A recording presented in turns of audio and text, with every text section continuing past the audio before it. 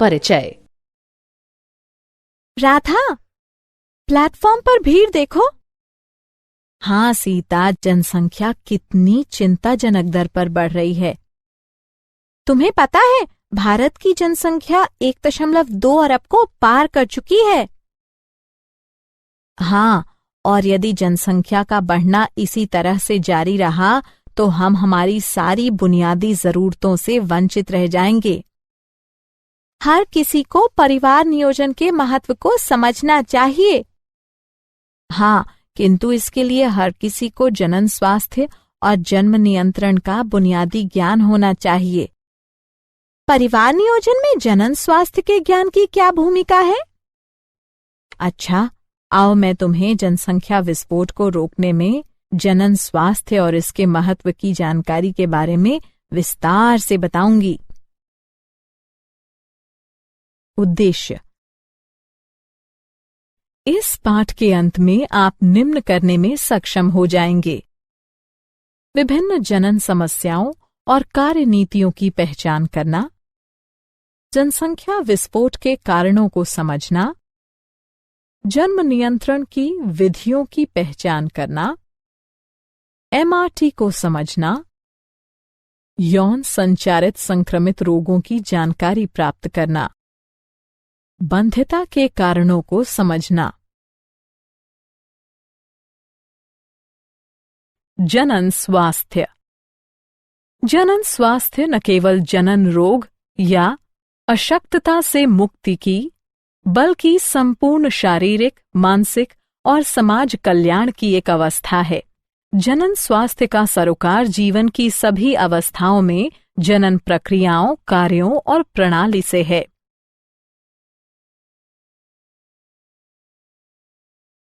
जनन स्वास्थ्य समस्याएं।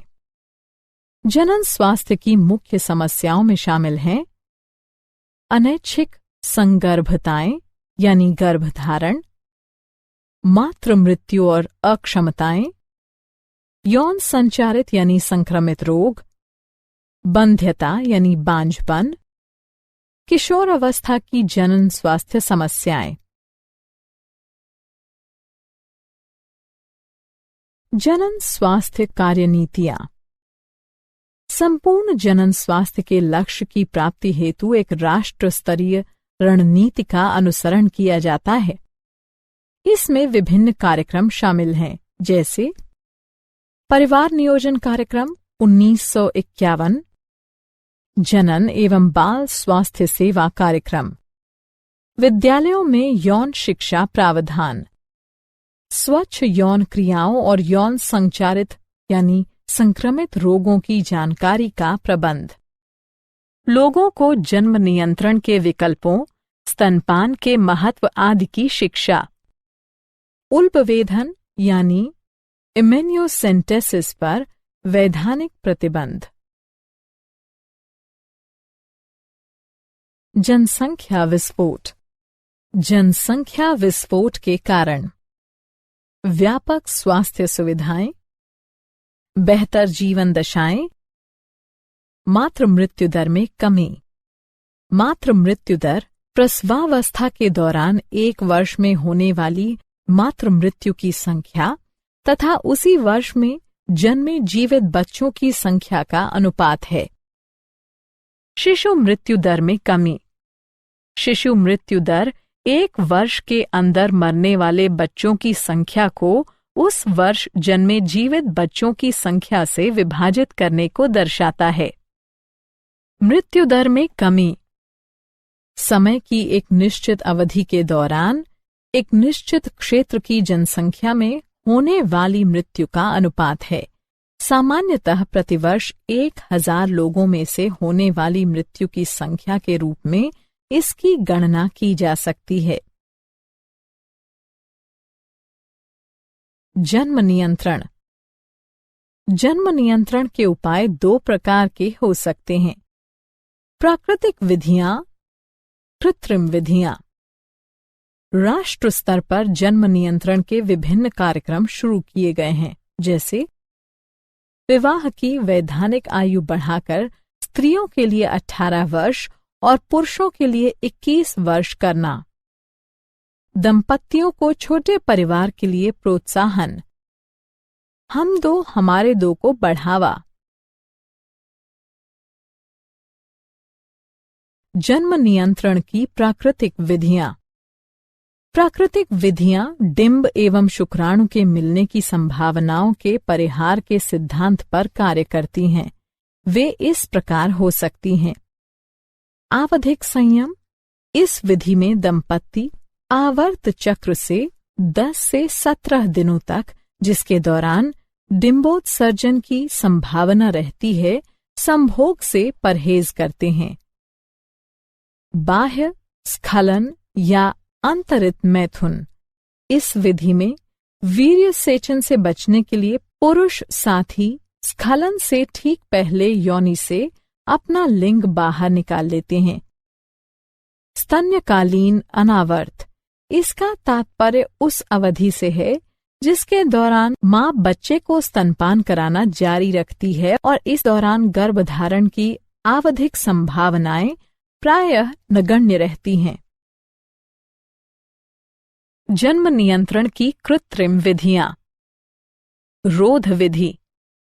रोधक साधनों के माध्यम से अंडाणु और शुक्राणु को भौतिक रूप से मिलने से रोका जाता है। उदाहरण कंडोम। ये रबर या लेटेक्स के बने होते हैं जिनसे पुरुषों के लिंग या स्त्रियों की योनि या गर्भाशय ग्रीवा को मैथुन से ठीक पहले ढका जाता है। इसके फलस्वरूप स्त्री के जनन मार्ग में शुक्राणु का प्रवेश नहीं हो पाता है।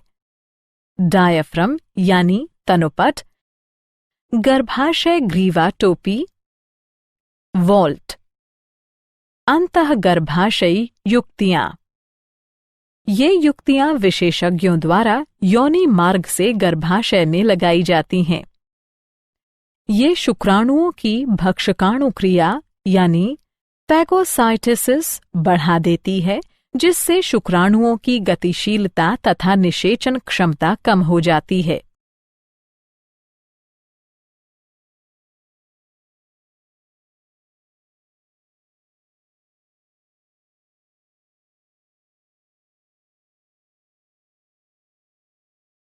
गर्भनिरोधक गोली।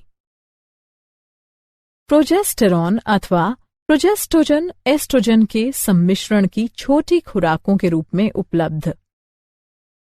ये गोलियां आर्तव काल यानी 7 दिन की अवधि को छोड़कर रोज ली जा सकती है।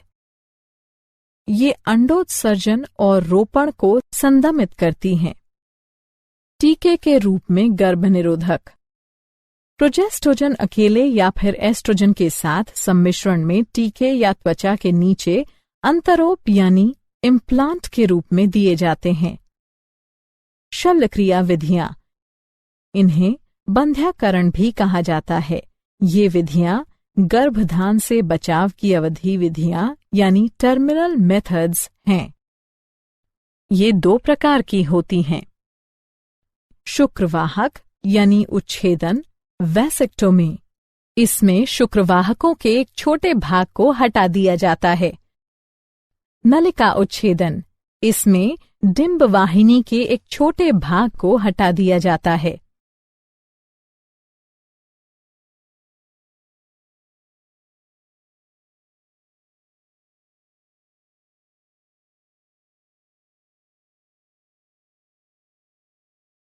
सगर्भता का चिकित्सीय समापन। गर्भावस्था पूर्ण होने से पहले जानबूझकर या स्वैच्छिक रूप से गर्भ के समापन को चिकित्सीय सगर्भता समापन या प्रेरित गर्भपात कहा जाता है। भारत सरकार ने चिकित्सीय सगर्भता समापन के दुरुपयोग को रोकने हेतु इसे कुछ सख्त शर्तों के साथ 1971 ईस्वी में कानूनी स्वीकृति प्रदान कर दी थी। सगर्भता की पहली तिमाही अर्थात 12 सप्ताह की अवधि के दौरान चिकित्सीय सगर्भता समापन को अपेक्षाकृत अधिक सुरक्षित माना जाता है।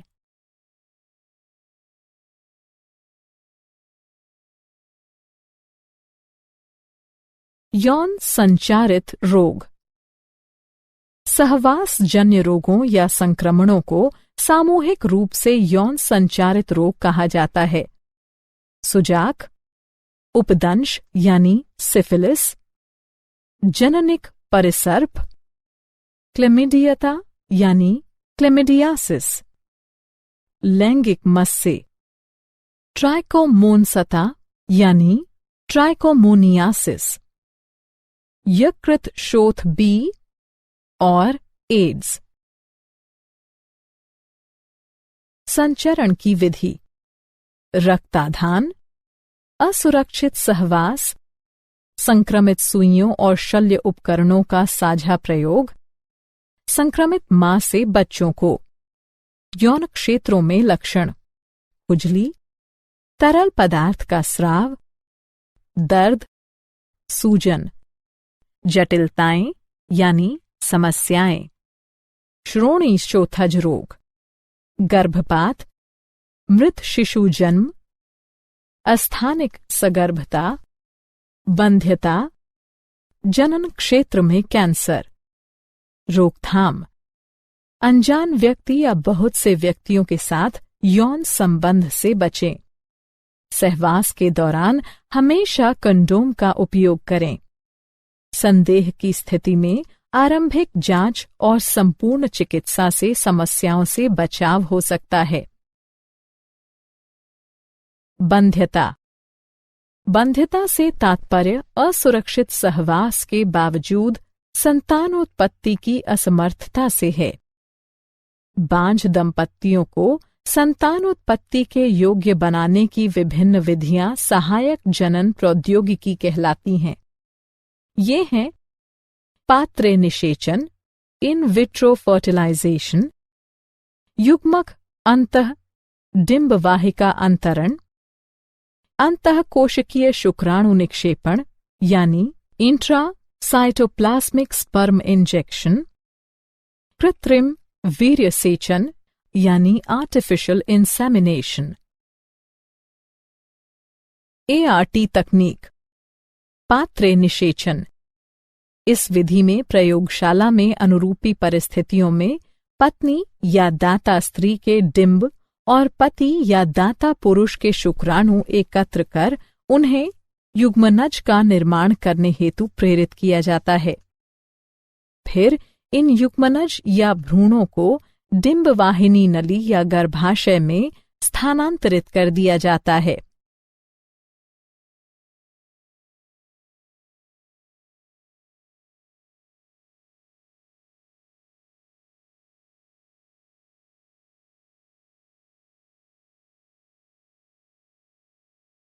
युग्मक अंतः डिंब वाहिनी नली स्थानांतरण: इस विधि में दाता के डिंब को दूसरी स्त्री की डिंब वाहिनी नली में स्थानांतरित कर दिया जाता है।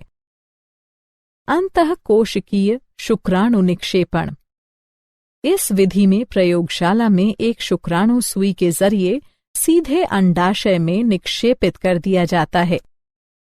कृत्रिम वीर्य सेचन: इस तकनीक में पति या किसी स्वस्थ दाता से लिए गए शुक्राणु को कृत्रिम रूप से स्त्री की योनि अथवा गर्भाशय में डाला जाता है।